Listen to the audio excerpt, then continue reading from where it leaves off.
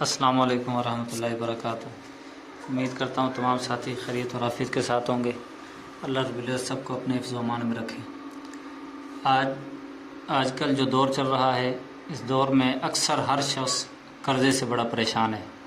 اکثر واقعات سنتے ہیں کہ لوگ قرضے سے پریشان ہو کر خودکشیاں وغیرہ بھی کرتے ہیں، لیکن ہم شریعت کی طرف، دین کی طرف رجوع نہیں کرتے کہ بعض ایسی جامع دعائیں ہوتی ہیں جو حضور علیہ الصلوۃ والسلام نے بتلائی ہوتی ہیں کہ جن کو انسان اگر معمول کے ساتھ پڑھتا رہے تو انسان کا قرضہ اس کے اوپر اگر آتا ہے تو فوراً اتر جاتا ہے، یا اگر ہوتا ہے تو وہ اتر جاتا ہے۔ تو وہ دعائیں کون سی ہیں؟ دعائیں مختلف احادیث میں مختلف جو ہے ذکر کی گئی ہیں۔ ایک جو جامع ایک مشہور دعا بھی ہے، میں اس کو آپ کے سامنے ذکر کروں گا۔ اگر کوئی شخص قرضے سے پریشان ہے تو وہ اس دعا کو پڑھے۔ میں کہتا ہوں لازماً پڑھے، جتنی کثرت سے پڑھے گا اتنی جلدی اللہ اس کا قرضہ اتار دے گا۔ اور اسی طرح ہر نماز کے بعد اس کا معمول بنا لے، یہ بھی بہت اچھی بات ہے۔ یعنی کہ اگر آپ اس دعا کو پڑھیں گے، اللہ رب العزت تمام غموں اور پریشانیوں سے نجات آپ کو دے گا، اور خصوصاً قرض سے نجات بھی اسی سے آپ کو حاصل ہوگی۔ نبی کریم صلی اللہ علیہ وسلم نے یہ جو دعا ہے، یہ حضرت ابو امامہ رضی اللہ تعالیٰ عنہ ایک انصاری صحابی ہیں، ان کو بتلائی تھی۔ وہ دعا کیا تھی؟ اللہم انی اعوذ بک من الہم والحزن واعوذ بک من العجز والکسل واعوذ بک من الجبن والبخل واعوذ بک من غلبۃ الدین وقہر الرجال۔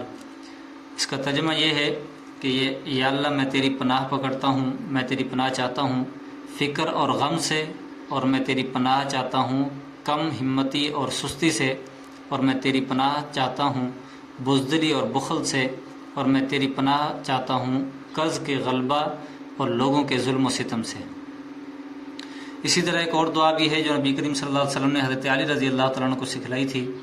وہ یہ تھی کہ اللہم اکفنی بحلالک عن حرامک واغننی بفضلک عمن سواک۔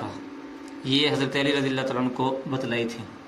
اوپر والی جو حدیث تھی وہ سنن ابو داؤد کی تھی، اور اسی طرح یہ جو ہے حضرت علی رضی اللہ تعالیٰ عنہ والی روایت ہے، یہ سنن ترمذی کی ہے، سنن ترمذی کی جلد 5ویں میں ہے۔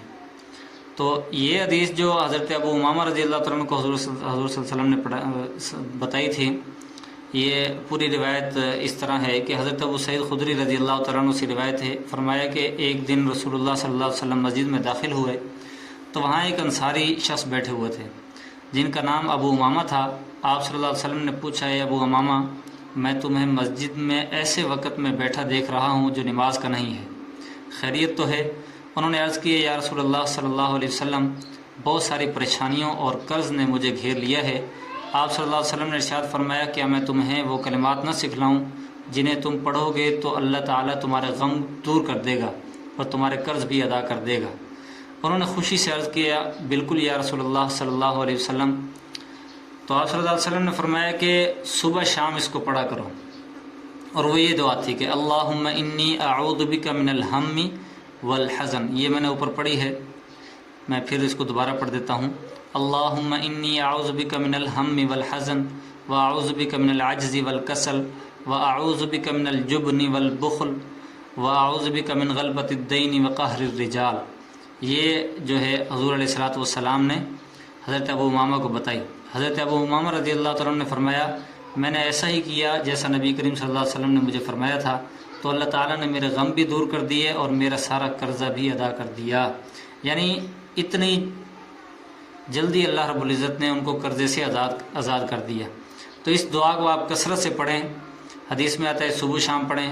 اگر اس کی آپ مزید کثرت کریں گے، اللہ رب العزت آپ کا قرضہ بہت جلد اتار دے گا۔ میں کہتا ہوں کہ اگر انسان دین کی طرف اگر رجوع کر لے، میں کہتا ہوں بہت ساری پریشانیوں سے اللہ رب العزت نجات دے دے گا۔ اور ہماری کمزوری یہ ہوتی ہے کہ ہم ہمیشہ دنیا کے اسباب کو دیکھتے ہیں، اگر وہ دنیا کے اسباب ہم تک نہیں پہنچ سکتے، ہم ان کو اختیار نہیں کر سکتے، تو ہم نا امید ہو کر بیٹھتے ہیں۔ حالانکہ حقیقت یہ ہے کہ جب شریعت تک ہم نہیں پہنچ سکتے اور شریعت پر ہم عمل نہیں کرتے، شریعت پر عمل میں اگر ہم کمزور ہیں، تو پھر ہم اپنے آپ کو یوں سمجھیں کہ اب ہماری پریشانی ہم پر یعنی غالب ہو چکی ہے۔ جب شریعت موجود ہے، ہر چیز موجود ہے، تو اس وقت آپ شریعت کی طرف رجوع کریں۔ اللہ رب العزت کی مدد بھی اس میں ہوتی ہے۔ حضور علیہ الصلاۃ والسلام کی جو بتلائی ہوئی دعائیں ہیں وہ اللہ رب العزت دعائیں بھی جلدی سنتا ہے، اور ایک حدیث پر بھی عمل ہو جاتا ہے، اس کی نیکی بھی مل جاتی ہے، اور اسی طرح رزق کے اندر، کاروبار کے اندر اللہ رب العزت برکت بھی نصیب فرماتا ہے۔ اللہ رب العزت ہم سب کو عمل کی توفیق عطا فرمائے۔ تو ایسی دعاؤں کو کثرت سے پڑھا کریں، یہ آپ کے لیے نجات کا سبب بنے گی۔ میں کہتا ہوں یہ دعا آپ خود بھی پڑھیں، گھر والے پڑھیں، انشاءاللہ چند دنوں میں آپ دیکھیں گے کہ آپ کا قرضہ اتر جائے گا۔ لیکن ایک بات ذہن میں رکھیں کہ اس کو معمول کے ساتھ پڑھیں، لاغرضی کے ساتھ نہ پڑھیں۔ ایک دن پڑھا، 2 دن چھوڑا، صبح پڑھا، شام نہیں پڑھا، تو ایسا نہ کریں، کیونکہ میں نے پہلے بھی ایک ویڈیو میں ذکر کیا ہے کہ ہم اکثر دعا کرتے کرتے عین جب دعا کا وقت قبولیت کا ہوتا ہے اس وقت ہم دعا کو چھوڑ دیتے ہیں۔ تو جب چھوڑ دیتے ہیں یا پھر کوئی ناشکری کے الفاظ ذکر کر دیتے ہیں جو شیطان ہمارے منہ سے نکلوا دیتا ہے، تو اللہ اس دعا کو رد فرما دیتا ہے، پھر وہ دعا کبھی قبول نہیں